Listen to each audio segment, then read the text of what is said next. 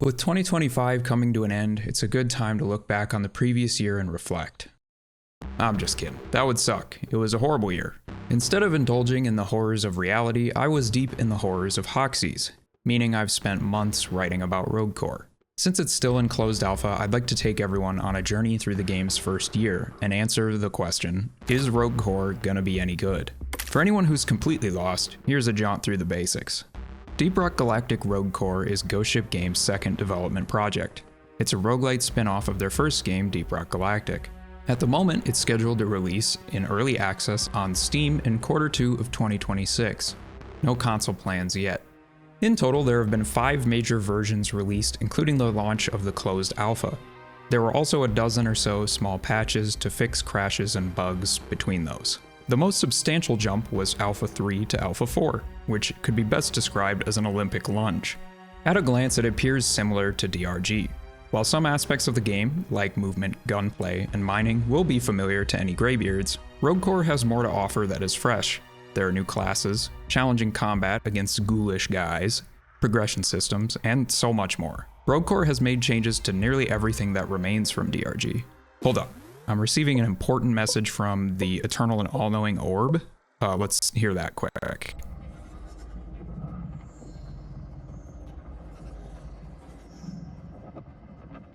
I don't know what that last part's about. Good luck with that. Let's take a trip around Hoxies in the Ramrod.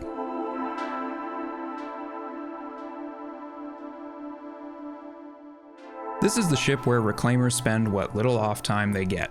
Sorta like a Disney cruise, but for buff dwarves. The first thing they wake up to is the luxurious cabins. Okay, maybe they're best described as practical. Beds are no longer real apparently, instead there is an evil dwarf-shaped contraption. Next to that is a window that is roughly 3 inches wide. So I'd recommend walking out of there with a brisk pace or you'll become sad. The rest of the ship has larger windows and bright lights to indulge in, like this engine room for example. There's a fancy power cell hallway thingy. I'm not much of an expert on spaceships to be honest.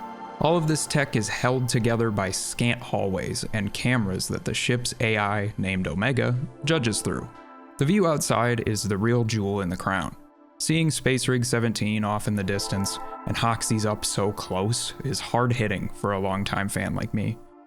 It wouldn't be DRG without a bar and a jukebox, but only the tunes are operable right now. The bar is still work in progress as of Alpha 5. It's coming soon from what I've seen. There's also some workout gear so you can get some crunches in for Carl. Various other rooms are filled to the brim with top-of-the-line tech and military gear in proportion to the rock bottom of Space Rig 17. We finally found out where they put all that better equipment.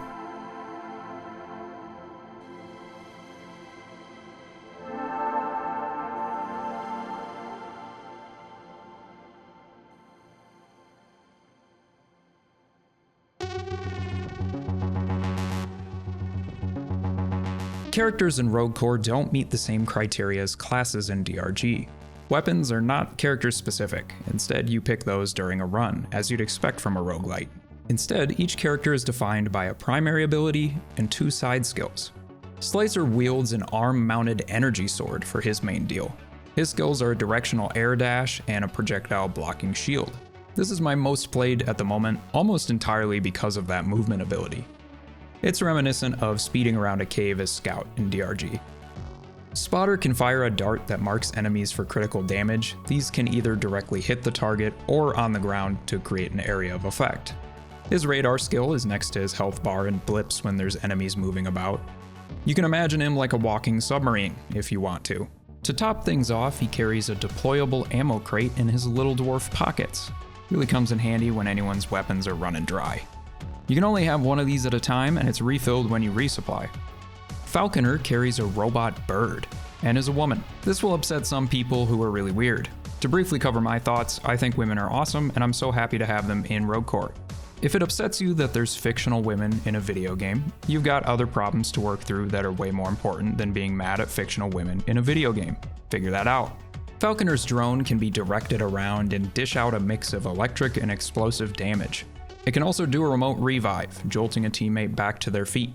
This alone can save a team in a tough spot, as reviving is way harder to pull off in Rogue Core than it was in Deep Rock. Besides the bird, she has a Thunder Rod, which is a deployable that grants nearby reclaimers electric damage. And yes, you can pet the bird. Guardian is the big fella. Big old guy. Every team's gotta have him. In his gauntlets, he has a stunning shotgun blast that's very satisfying to use. He also has a repulsion field that scares enemies away. And lastly, a deployable area that refills armor to half while standing in it. Now I bet you're wondering what armor is. Every character has some armor and it's displayed above their health bar. When they have armor, it halves incoming damage.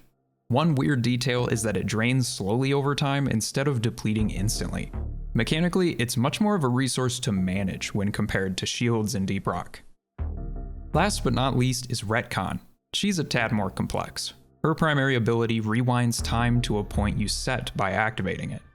Any health, armor, ammo, grenades spent during that ability duration all return back to their previous state before using the ability. This combines perfectly with the skill Rage, which doubles all of her damage output for a few seconds. You have to charge it though, and to do that, you get hit. I'm sure you get the whole deal here. You start your time rewind, run in like a goofball, and take damage only to go back in time. Then, hopefully your health is back to full, and you've got your rage built up. It's got a learning curve, but it's really fun to optimize. The last ability is a one-time revive when everyone is downed on the team. Kinda similar to Iron Will, but you don't get to choose when you trigger it. That leaves us at a total of 5 characters and likely more sometime down the line. In my experience, all of them are pretty solid right now. Falconer used to be quite a bit weaker than the other ones in earlier versions, but now she's very powerful.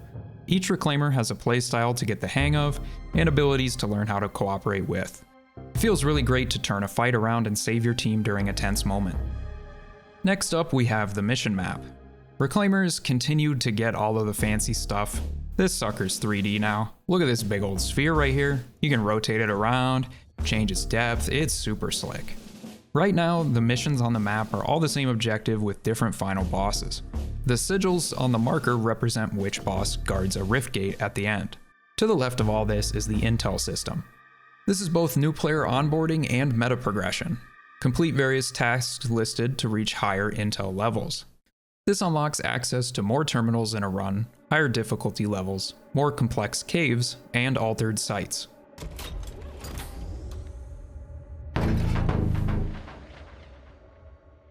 The goal of each run is to close a rift gate by defeating a boss on the final stage. To get that far, you have to follow a cable that connects to an elevator and open it before you're overrun by enemies. Each stage has a limited amount of time that is displayed in the top left corner. If that runs out, it's very bad news. This also displays when the next swarm will happen, which is really useful for planning. At the start, there's a weapon and a support tool to collect. This is done through a negotiation screen, where all players have to select one of the items available. Who's up first rotates throughout the run, and there's more negotiation upgrades after this. There are some familiar faces from DRG, along with many new things as well. I'll go into what I think about the new weapons and equipment later. Each player has 5 open slots, 2 are for weapons, 2 are for equipment, and the last one is for a grenade. You'll have more opportunities throughout a run to get more gear. After collecting that kit, enter the facility and your timer begins. In these mining facilities, it seems that the goal was to gather Exponite before the whole grayout happened. You'll be collecting lots of the stuff, but mostly so you don't die. Despite being good for your well-being, this green resource is reminiscent of Mountain Dew, or maybe a Monster Energy sort of vibe. Mining it sounds crisp and crunchy. There are other ways to collect it too. Kicking the bucket, repairing mules, popping Exponite loot bugs, and completing Exponite events. Exponite events feel very akin to primary objectives on each stage. More often than not, they take the most time and pay out the best. There's only one of these per stage, and if I'm not mistaken, there's 10 currently in the game. I'd like to go through them all briefly. Locked Exponite is the most basic, being a single capture point, reminiscent of an uplink in DRG. Crack it open and grab that bar of Exponite. This is one of the quickest and easiest you can get. Vault offers a very similar challenge, but with multiple points to capture. The amount of points is random and scales with team size. Cave generation makes a huge impact here. Sometimes capture points can be pretty hard to find and far apart. Difficulty and length can vary. Weighted vault requires hurling cargo barrels onto a large pressure plate that unlocks the room with an expedite chunk. Dwarves and enemies add to the weight of the pressure plate, as you'd expect.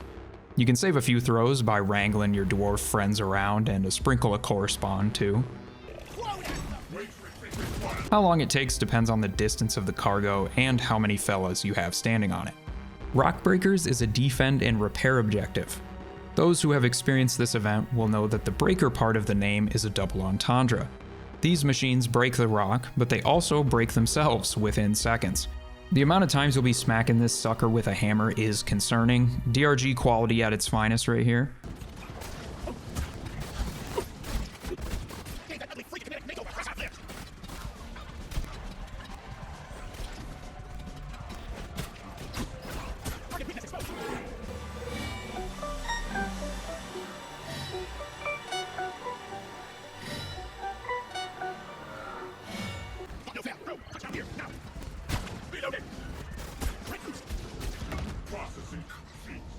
They got the Dwarven kindergarten class behind these bad boys, building them with twigs and Elmer's glue. In stark contrast, Ram Rail is just Rock Breaker Cool Edition. Escort a large machine on a rail while not dying. Once it's reached the end, hop on board and charge right into that rock.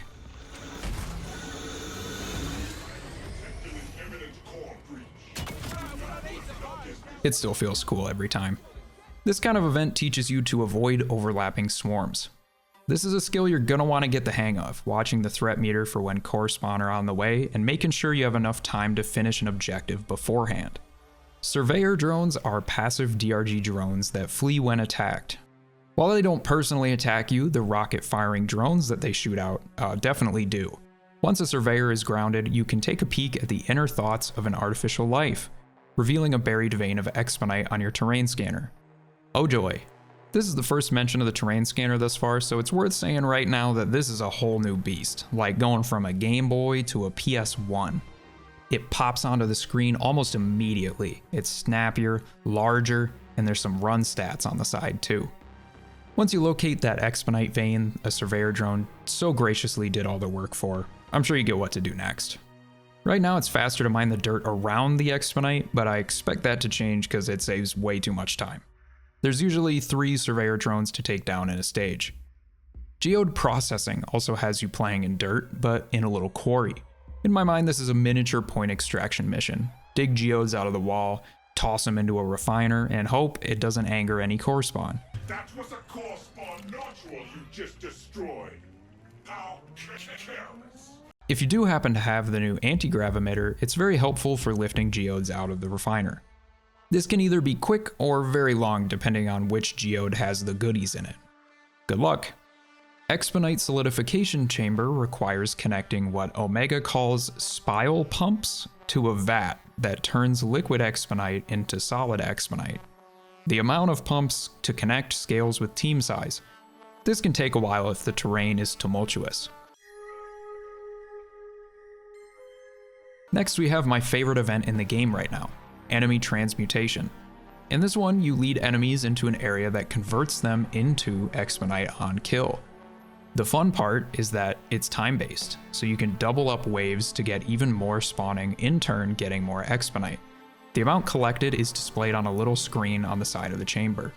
When I say that there's optimization to these objectives, this is a great example of that. It's really gratifying to squeeze these for all the expedite they have. Test Experiment Bolt Detonator will be familiar to anyone who's played DRG. Pop that big fella and watch the walls get coated in dew. This bulk is much faster than the ones you're used to, so keep that in mind, and if you have lead bursters, it'll still evaporate it in seconds. Depending on cave generation and time left per stage, it can sometimes be pretty hard to fit this event in, especially considering the time to mine all of it.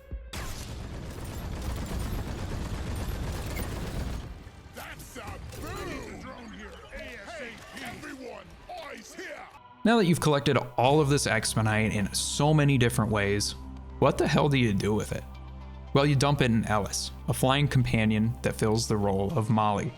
No amount of words can accurately describe how drastic of a change Ellis makes. I'll try anyway though. She's significantly faster, you can deposit while she's flying to you, and there's no collision with reclaimers. Pretty much every aspect she shares with Molly has been completely changed. Other than the fact that she's a robot that eats rocks, that's still the same. Depositing fills an experience bar in the top right corner of the screen. Once that's been done, all players need to gather at Ellis for an upgrade. This is the grand return of that negotiation screen I was talking about, so let's pause a bit here. This mechanic has been part of the game's design since it was first announced. In earlier versions, it was honestly tough to get used to. It created a lot of friction between your team. This has improved more as players get the hang of the game. The refinement to this mechanic throughout closed alpha has mostly been within the negotiation screen itself.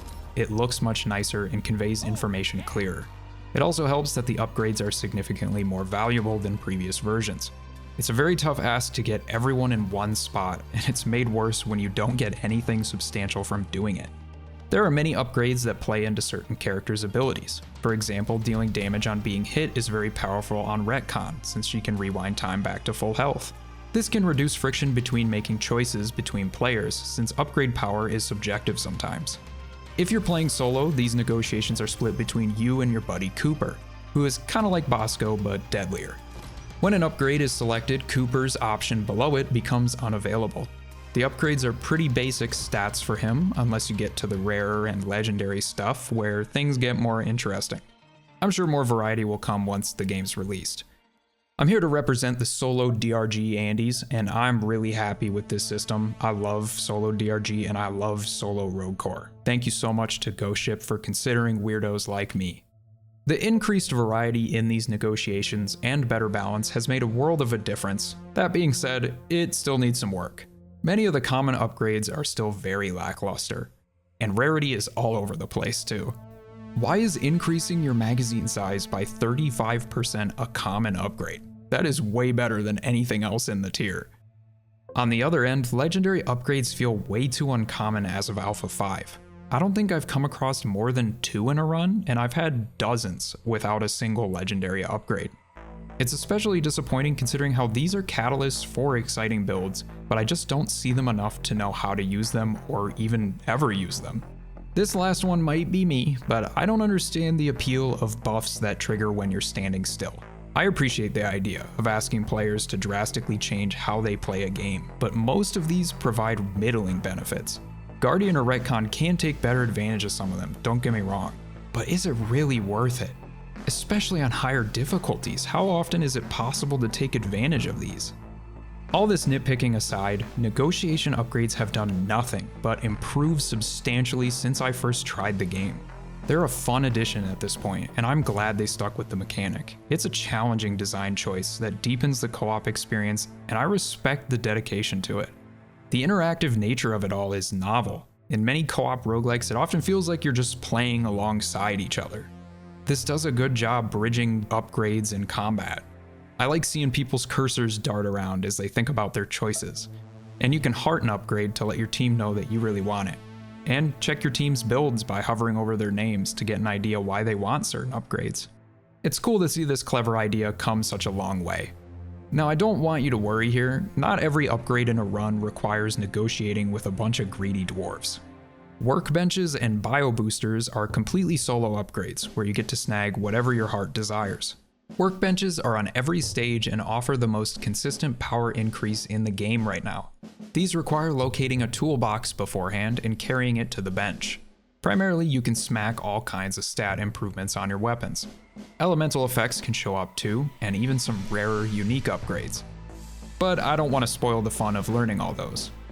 Workbenches also have a weapon or an upgrade ability on offer if tweaking what you have right now isn't viable. Missing one of these on a run is detrimental to winning on higher difficulties. You really don't want to miss out on this. Bio boosters are on every stage as well. I'm not sure why these machines are in a mining facility, but what do I know? You have to break into them by playing a cutting wire minigame. There is nothing I need more in Rogue Core than a break from splitting through 2 uniquely colored wires. The sheer amount of times I've done this in the last 8 months of my life is mind-boggling.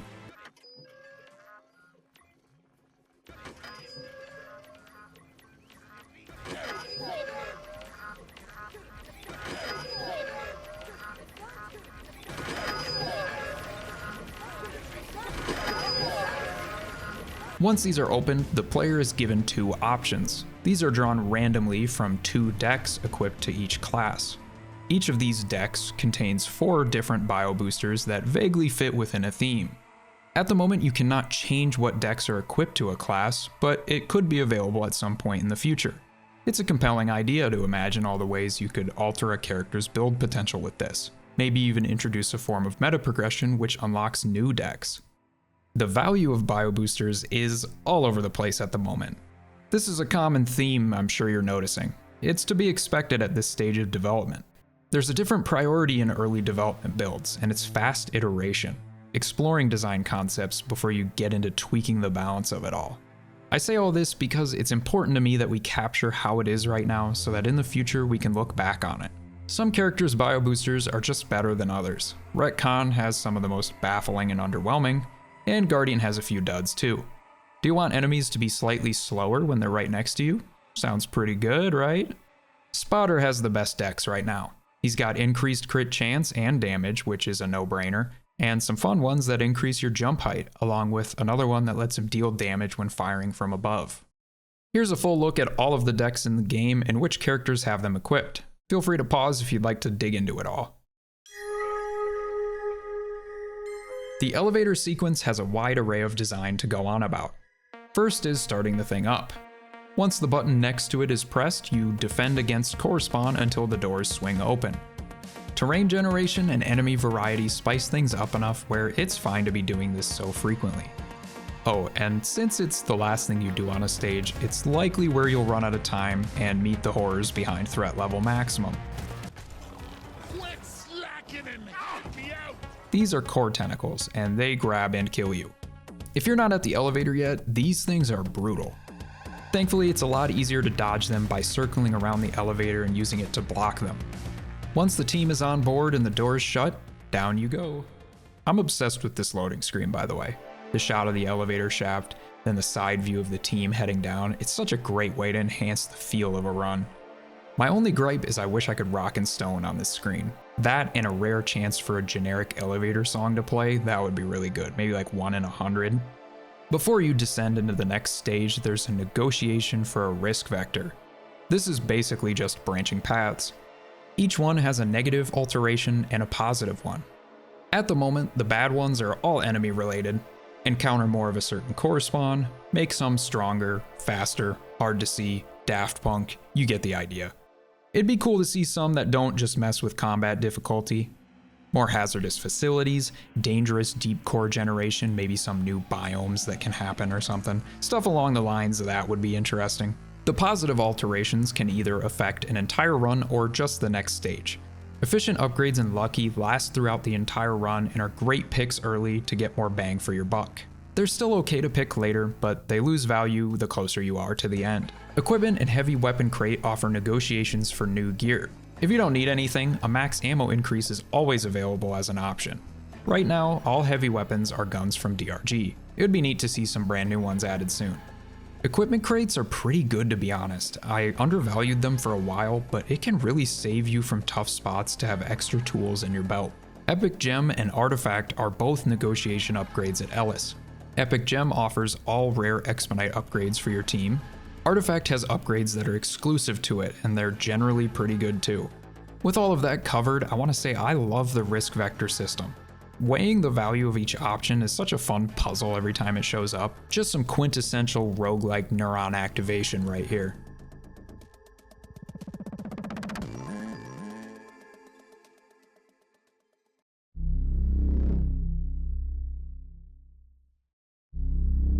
Procedural generation has come a long way in some areas and not changed much in others.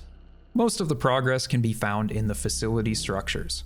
In Alpha 4, they added color variants to the facilities, which seems small, but does make a big difference in my opinion. Structures can be as simple as a few props to as complex as full buildings. Many of them have multiple visual variants to avoid things looking too samey. I still haven't quite gotten over how it feels to see handcrafted level design details in DRG caves. That's just not a common sight in Deep Rock. Most of the time you're first to set foot in a cave. It's fun to pay attention to all the details and try to create stories in your mind about what this facility was like when it was active. I'm really looking forward to seeing more of this world building. Sometimes the way things generate can be a little wonky, but it's rarely anything big.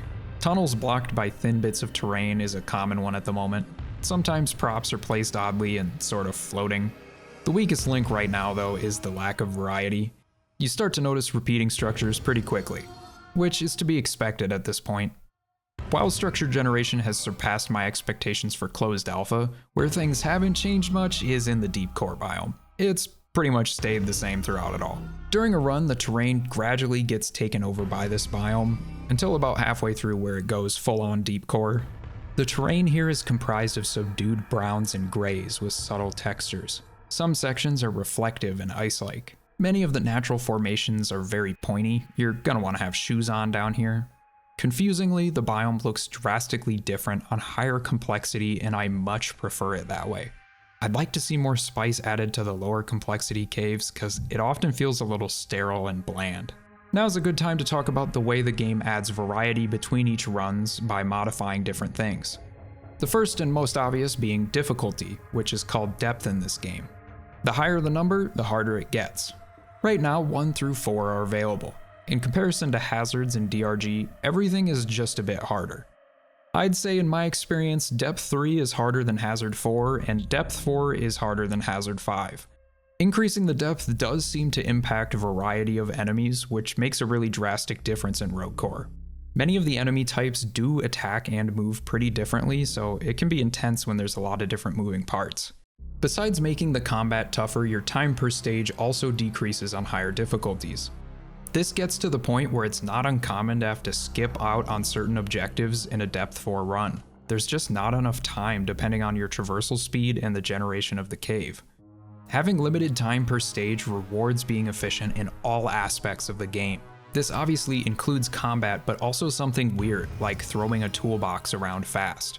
For me, that's extremely rewarding because so many little optimizations from Deep Rock are just stamped into my skull permanently. This game is designed to reward players for those optimizations that they know, and I can see that being really appealing for veterans of DRG. Complexity is the next modification, and it functions similar to what it did in Deep Rock. The terrain becomes more complicated to navigate, but in Rogue Core's case, it also affects what structures you see in a run. An example that comes to mind right away is a sprawling multi-room labyrinth dotted with pipes shooting fire out of them. The difference between low complexity to high is really quite drastic. In my experience, the challenge of scaling difficult terrain and navigating structures is really exciting. Length alters how many stages there are in a run. There can be anywhere from 4 to 6 at the moment. I find that any of the lengths are fun to play, to be honest. The range is pretty reasonable. Time to complete is usually anywhere from 40 minutes to an hour. One interesting detail that I noticed in my runtime is that it often decreases on higher difficulties because I'm being moved so fast, which is really interesting to see. Like, on some of my depth 4 runs, I was getting down to 36 minutes or so, and that was not happening anytime beforehand. Altered sights are the final way that things are modified, and it's pretty late in the intel system. There's only 3 of these available right now. One of them's silly, one of them's a little scary, and one of them sucks. There's Jumble, which mixes up all the upgrades into one big pool, and it's very entertaining. You can get either a really good run or a really bad one, depending on what you see. Next is half enemy health, but double enemy speed. The core spawn moves so fast, but also die fast, so it's a pretty good time. And then we have triple expedite, triple enemy health. I imagine this being similar to pots of gold in Deep Rock where you get more gold per pickaxe hit, but nope, it just spawns more veins of expedite. So you're basically just mining nonstop while doing almost no damage to enemies because they have triple health. I would avoid that one.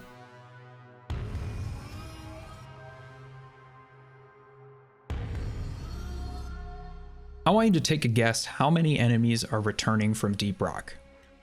Okay, you got your answer?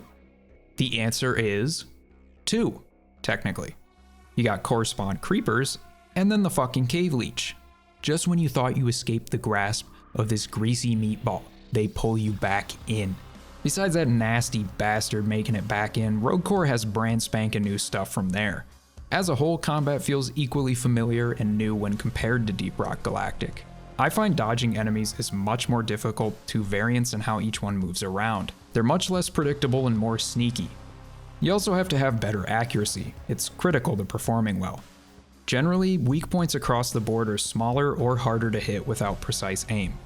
To my knowledge, there are 7 core spawn to encounter right now. Creepers are the most basic of the bunch. They move directly towards you, whether that's running or jumping. Not much to say besides that.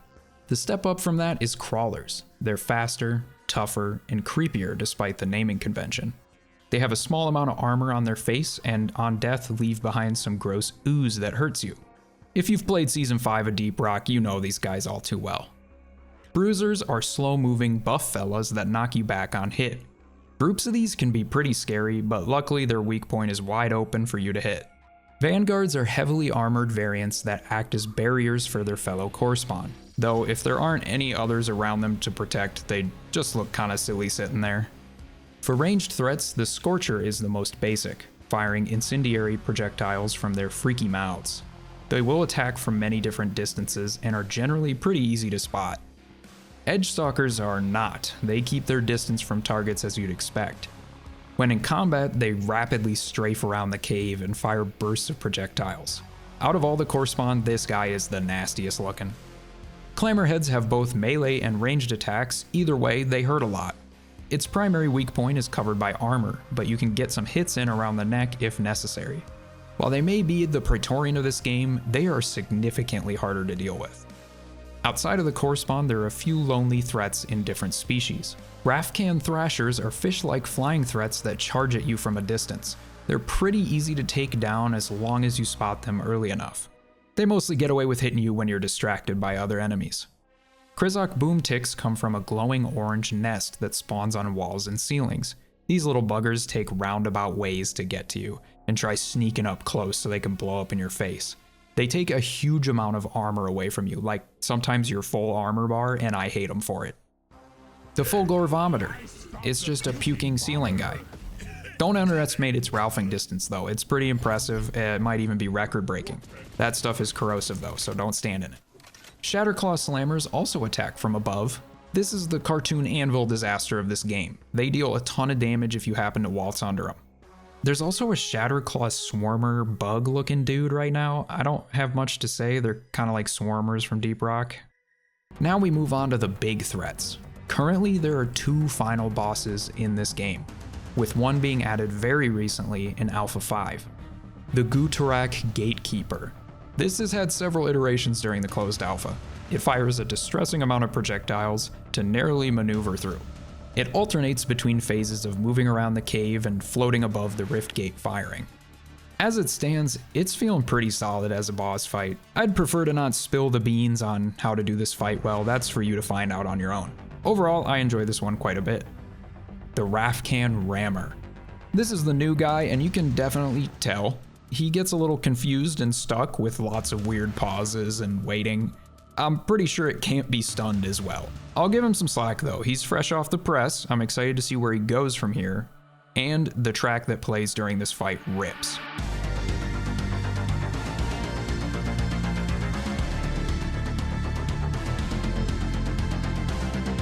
Both of these bosses share one gripe for me. On the highest difficulty, the damage they do is occasionally absurd. I understand that this is the final test of the run.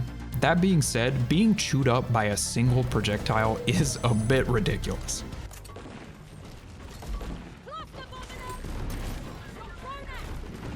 Add on the fact that groups of core spawn come out of the rift to disrupt things more, these fights can just become a death loop that is vastly different than the run that led up to it. Honestly, this is probably my biggest problem in Alpha 5 at the moment. Too many eggs in one basket. The rest of the run should test my ability more before I get to the end.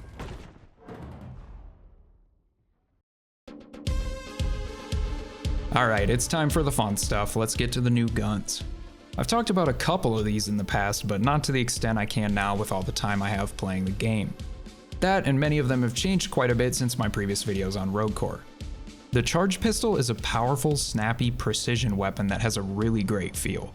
Upgrades like magazine size and reload speed are really interesting here as they alter charge capacity and charge rate. Its only weakness is it's a little slow for clearing out hordes of enemies, but other than that, it's a solid pick. The Shock Striker is my beloved, and the day it gets nerfed will be very sad. This passively builds charge, which increases its damage and amount of targets it'll chain to. The weak point damage on this thing is bonkers. I had a run where 64% of the damage I dealt was overkill. Look at this clip of me fighting the final boss in a depth 4 run. It is so dumb. The deeper we go. The only downside here is that you can waste ammo if you use a full charge on a single low health enemy, but it doesn't really matter because it's just so good regardless. And it has the funny finger animation, which is probably the best part if we're being honest. Cadna Field Projector. Despite the name, this does not project an image of a field onto enemies. That wouldn't be very useful. Instead, it fires slow-moving shield-shaped projectiles that phase through enemies, multi-hitting along the way. This used to be a dogshit burrito, but they buffed it and it's pretty solid now, especially when you combine it with an elemental effect. If you got the fire rate up, it's a little overwhelming and the screen starts to become a disaster.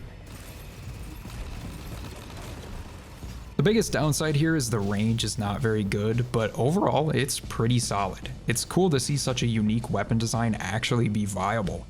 The battle rifle attracts the eye of most new players right away. Pretty much all of my friends want to use this thing the first time they see it. I'd say it's slightly underwhelming overall. The weak point damage is just okay, it takes a few more shots than I'd like. That makes it struggle with groups of enemies a little bit. The reload speed is slow enough where you're kind of frustrated by it. The ammo economy is also a bit sad too. I think firing it could just use a little more oomph. It's definitely got the sauce, the animations are great, I love how it looks. This will definitely shine when it has some more balancing. Something similar but more viable right now is the Mag Blaster. This is an energy rifle that fires 2 parallel projectiles and does electric damage. It packs accuracy and weak point damage the battle rifle wishes it had, but it takes a while to reload. I like that the 2 projectiles can help make up for any vertical inaccuracy on the player's end. It's got precision and it packs a punch. The Hammer Caster. This is like a potato launcher, but instead of starch, you shoot lead. I love this gun so much. It is basically this game's sniper rifle at the moment. It deals insane weak point damage, solid accuracy at range, decent ammo. The only downside is the reload speed, and you gotta be able to aim well to use it best. But damn do I love this gun. What if the autocannon was a pistol? The Devastator is a fast-firing, explosive pistol with a swift reload to keep you chewing through core spawn.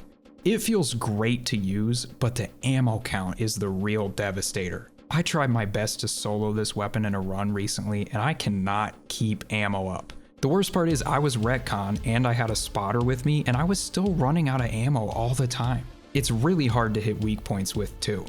Sadly, the Devastator's not very good right now, but I believe in a future where it is a good mini autocannon. The Mac and Micros SMG is not the real name of this weapon to me. This is called the Mac and Cheese Gun. I don't know if I'll ever stop calling it that. The first time I read the name, I was like, yup, that is the name of a simple yet delicious pasta dish. Though judging by the color, it's more of a Cheetos mac and cheese. It's a simple gun that's pretty decent. Accuracy and range are fine, ammo count is good, and overall, it's just a good time to use. Shout out to the Mac and Cheese Gun. The Decker SMG is the older brother of our pal Mac. It packs a bit more punch and requires more controlled burst fire to keep your accuracy. Elemental effects pair very well with this, and weak point damage is solid. I like the feel of this weapon a lot, but it doesn't have enough ammo at the moment. There's only a few bits of new equipment right now, but all of them are pretty solid. My favorite is the Anti-Grav Generator. This traversal tool is so absurdly good that I cannot pass it up when I see it. Anything that's high up is completely trivialized by this, and it's super useful for moving heavy objects vertical and fast. It also applies a buff that negates fall damage for a few seconds after using it, which is a really nice quality of life thing. Also, I wanted to mention that in general, fall damage is a bit more forgiving in Rogue Core. Since there aren't shields to passively cover your ass whenever you fall, it would have been really annoying to constantly be taking damage to your armor, so they made some changes to it to make it more forgiving. Sympathy tethers are a large area generator that spreads damage dealt among targets inside of it. It's definitely got good use cases for hordes. If you have high single target damage, it can convert that into decent AoE damage pretty quickly, though it takes a few steps to set it up. It lasts for maybe about 10 seconds and has no cooldown for tossing another one, so it's pretty forgiving if you fumble around a bit.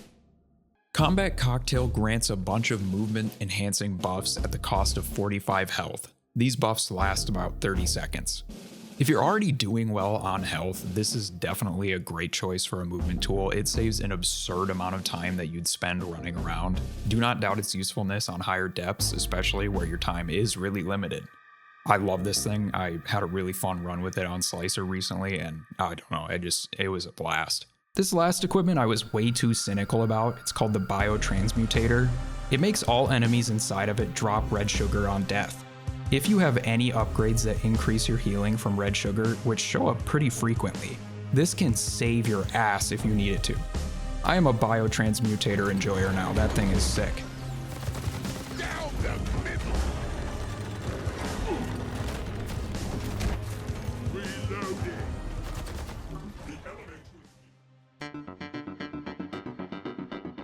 Finally, we'll wrap the video up at the Ramrod again. After you've done some runs, you'll be able to unlock some goodies here. Much of the meta progression is up in the air at the moment. The most recent addition was the Intel system, and it's the most well thought out of it all. There's an enhancement tree which unlocks equipable stat buffs. You get chips to unlock these by collecting cameras in a run. Each reclaimer is limited to 8 slots for these enhancements. There are multiple tiers of each buff to unlock further down in the tree. It's an interesting design choice because you're able to equip lower tier buffs along with the higher tier ones.